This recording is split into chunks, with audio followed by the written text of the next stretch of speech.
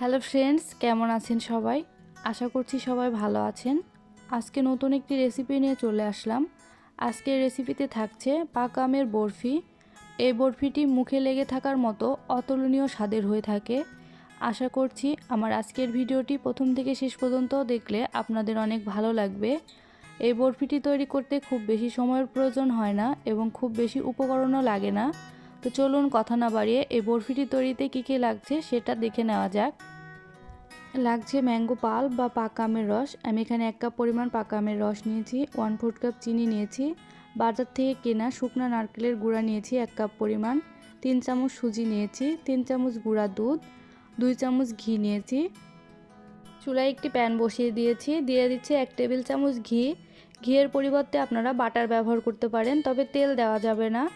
তেল দিলে বরফিটা খেতে ভালো লাগবে না। এ পর্যায়ে আমি চুলার আঁচটা লো টু মিডিয়াম হিটে রেখেছি। ঘি গরম হয়ে গেছে, এ পর্যায়ে দিয়ে দিচ্ছি 1 কাপ পরিমাণ ম্যাঙ্গো পাল্প বা পাকা আমের রস। এখন ঘিয়ের সাথে আমটাকে খুব ভালোভাবে মিশিয়ে নিতে হবে 1 মিনিটের মতো। আর এই সম্পূর্ণ রান্নাটা লো টু মিডিয়াম হিটেই করতে হবে, হাই হিটে করা যাবে না। খুব ভালোভাবে ঘিয়ের সাথে আম মিশিয়ে নেওয়া হয়ে গেছে। এ পর্যায়ে দিয়ে দিচ্ছি 1/4 কাপ চিনি। আমটা কতটা মিষ্টি তার উপর নির্ভর করে চিনিটা দিতে হবে। আম যদি মিষ্টি হয় তাহলে চিনির পরিমাণ কম লাগবে, আম যদি টক হয় তাহলে চিনির পরিমাণ একটু বেশি লাগবে। চিনিটা 2 মিনিটের মতো আমের সাথে মিশিয়ে নিয়েছি। চিনিটা খুব ভালোভাবে গলে গেছে। এ পর্যায়ে আমি দিয়ে দিচ্ছি 3 টেবিল চামচ পরিমাণ সুজি। সুজিটা দিয়ে আমের সাথে খুব ভালোভাবে মিশিয়ে নিতে হবে।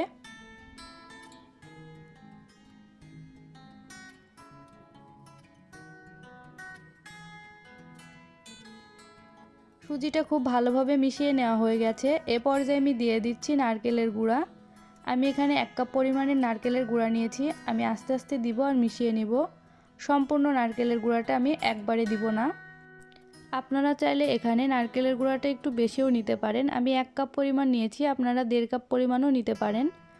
নারকেলের গুঁড়াটা দিয়ে খুব ভালোভাবে মিশিয়ে আমি 5 মিনিটের মতো আমটিকে রান্না করে নিব। 5 মিনিটের মতো রান্না করার ফলে দেখুন আমটি প্রায় শুকিয়ে গেছে।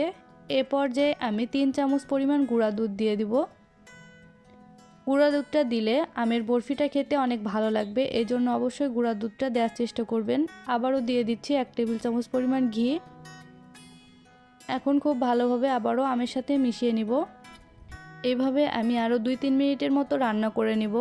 যখন দেখবেন আমটি একেবারে শুকিয়ে গেছে তখন বুঝবেন আমটি বরফি তৈরির জন্য রেডি হয়ে গেছে। দেখুন আম কতটা শুকিয়ে গেছে আর প্যানের সাথে লেগে থাকছে না। যখন দেখবেন প্যানের সাথে আর লেগে থাকছে না তখন বুঝবেন আমটিকে নামিয়ে নিতে হবে চুলা থেকে। আমি এখন চুলা থেকে নামিয়ে নিচ্ছি। আমি যে পাত্রে বরফিটি সেট করব সে পাত্রে প্লাস্টিক র্যাপ বিছিয়ে নিয়েছি। আপনারা চাইলে শুধু ঘি ব্রাশ করেও বরফিটি সেট করে নিতে পারেন। গরম অবস্থাতে আমের মিশ্রণটি এই পাত্রে দিয়ে দিতে হবে। ঠান্ডা হলে আর বরফিটি সেট হবে না, এজন্য গরম অবস্থাতে দিয়ে দিতে হবে। আমি একটি স্প্যাচুলার সাহায্যে উপরটা সমান করে নিচ্ছি।